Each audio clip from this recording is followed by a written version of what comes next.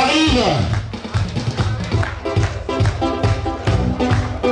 Monsieur Thierry Jean Gervais, Monsieur Innocent Coy, Monsieur Nicolas Lavry.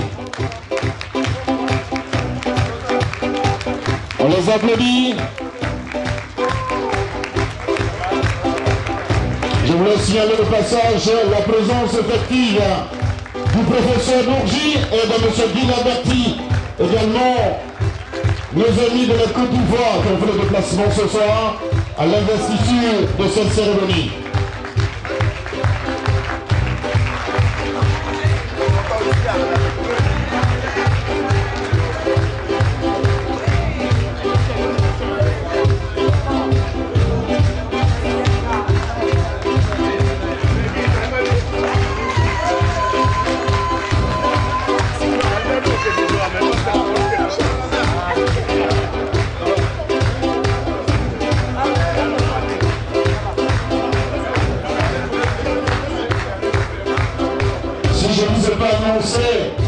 Celle pour laquelle nous sommes là ce soir, c'est parce que c'est une surprise.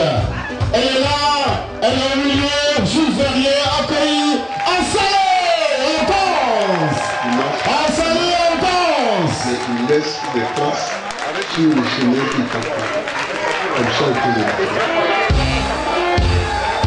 Merci également. Dans la délégation se trouve M. Désiré Porquet.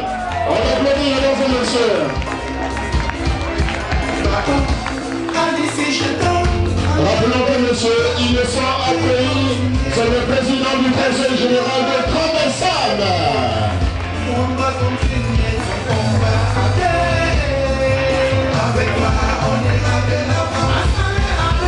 Avec moi, on ira de l'avant. Avec le pays comme ce soir, on ira de l'avant. La famille populaire avec moi, on ira de l'avant. On applaudit nos invités, le temps qu'ils retrouvent la place d'honneur. Je disais que Guy Laberti et le professeur Bourgi font partie, en tout cas, de nos invités d'honneur ce soir. Merci d'être là ce soir avec nous. Vous avez été aux côtés de la Côte d'Ivoire, la Côte d'Ivoire démocratique évidemment. Merci beaucoup pour votre présence. Mesdames et messieurs, chers invités, au moment où je prends la parole, je voudrais vous transmettre les salutations amicales et citoyennes du président Stéphane Guibré depuis son exil. Mon propos va se décliner en deux parties. Je vais d'abord m'adonner à un hommage et ensuite finir par des suggestions. Je commence mon hommage par Mme Brigitte Kio, militante du FPI, qui n'est pas là ce jour, mais à qui je voudrais rendre cet hommage. Parce que la cérémonie même qui nous réunit ici, pour ma part, est la preuve que le bureau de Mme Brigitte Kio a réussi. Parce que pour ceux qui ne savent pas, ou ceux qui l'ont su un peu tard, Mme Adé Assalé est bel et bien membre du bureau de Mme Brigitte Kio. Alors, son institut ici est la preuve que ce n'est pas certainement un éventuel échec qui a pourvu à la décision de nomination de Mme Assalé, mais c'est certainement un besoin de renouvellement que l'actualité justifiait. Donc, félicitations à Mme Brigitte Kio pour son travail en 10 ans. Je vais aussi rendre hommage au FPI, parce que aujourd'hui le FPI conduit l'opposition ivoirienne. Et nous, membres de l'UNG, nous sommes fiers d'avoir le FPI comme allié. Parce que aujourd'hui le jeu politique ivoirien est embrigadé par le pouvoir de M. Ouattara. Et nous savons tous que c'est dans des conditions terribles, dans des conditions où en Côte d'Ivoire, on ne peut pas parler, s'exprimer librement, que le FPI a pris en main l'opposition actuelle. Et le FPI a conduit le dialogue avec le pouvoir de M. Ouattara jusqu'à ce que ce pouvoir-là fût lui-même la table de négociation. Parce que au moment même où le FPI négociait les conditions d'une élection, enfin des élections transparentes et justes, c'est ce moment-là que le Premier ministre de M. Ouattara a choisi pour annoncer la date des élections. auxquels ils se sont adhérés depuis lors. Et nous sommes fiers parce que le FPI a réussi à conduire donc le pouvoir de M. Ouattara à fuir les négociations. Deuxième fierté. Le dimanche 21 avril dernier, nous avons vu la mascarade électorale à laquelle le pouvoir de M. Ouattara a participé. Et le FPI a appelé les Ivoiriens à ce boycott républicain.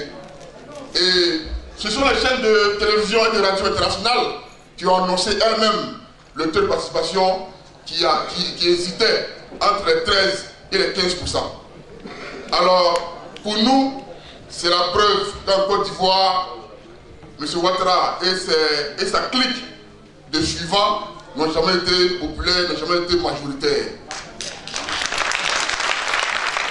Et contrairement à ce qu'on pourrait penser, les 85% d'Ivoiriens qui sont restés à la maison, on pourrait croire que ce jour-là, ils n'ont pas voté.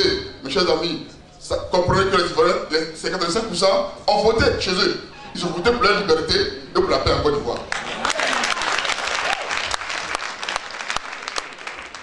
Le troisième point de fierté que je mets à l'actif du FPI m'a été donné hier seulement, par M. Ouattara lui-même.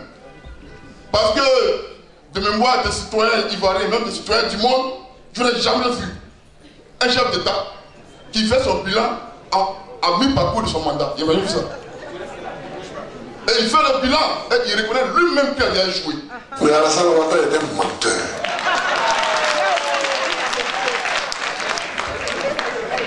Si M. Ouattara était un menteur, mais au moins sur ce tafel d'hier, il a dit la vérité.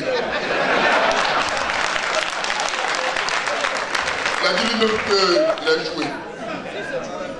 Donc c'est ce FPI-là qui nous conduit, dont je suis fier, et au nom de la délégation UNG France, je voudrais transmettre ici au FPI la fierté de l'UNG à marcher aux côtés du FPI dans ce combat de l'opposition en Côte d'Ivoire.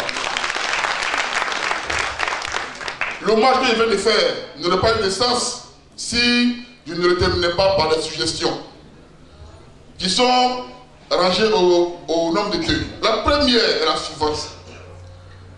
Nous suggérons à notre allié, le FPI, de consolider l'union dans laquelle nous sommes aujourd'hui avec l'UNG, avec le COGEP, avec le Club panafricain, avec les résistants de Côte d'Ivoire, de la consolider parce que nous voyons bien que l'actualité nous montre le président RDA qui montre des signes d'agonie, qui est en train de découvrir qu'il était violé depuis longtemps et donc qui donne des signes pour appeler au secours. Nous ne sommes pas contre une éventualité d'un éventuel partenariat avec le FPI. La politique même l'exige. Mais nous suggérons à notre allié le FPI, avant d'aller à la rencontre du PDCI RDA qui est devenu la main courante de tout le monde, avant d'aller chercher le PDCI, il convient que le FPI puisse consolider ceux déjà avec qui il est.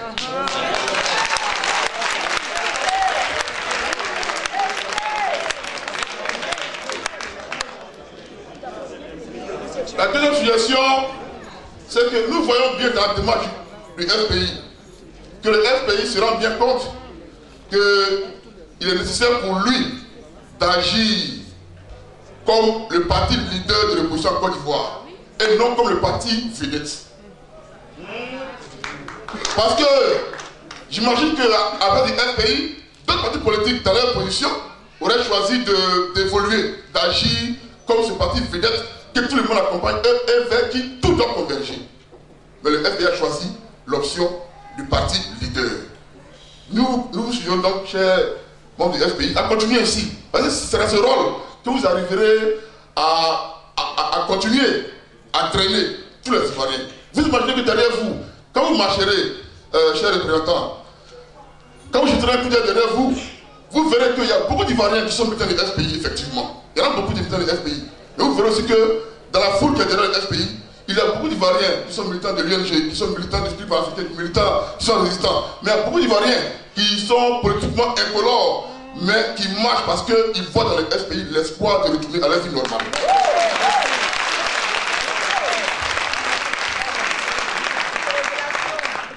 C'est ça que les 85% d'Ivoiriens qui ne sont pas allés voter dans les urnes le dimanche dernier est la preuve qu'ils sont nombreux à soutenir ce combat. Je finirai mon propos par cet appel à tous les résistants du Côte d'Ivoire.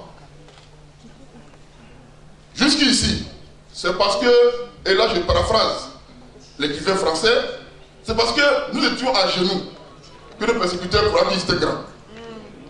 Le temps est venu que nous nous mettions debout pour qu'ils sachent qu'en fait, nous devons être grands Côte d'Ivoire. Merci beaucoup Arsène Taour, représentant de l'ING Porte-Parole, pour cette cérémonie de soutien. Merci. En tout cas, ton président Stéphane Kipré vous a insufflé en toute cette mobilité, cette volonté, cette détermination. Mesdames et messieurs, avant que notre grand militant aussi, en tout cas qui fait partie, qui s'est fait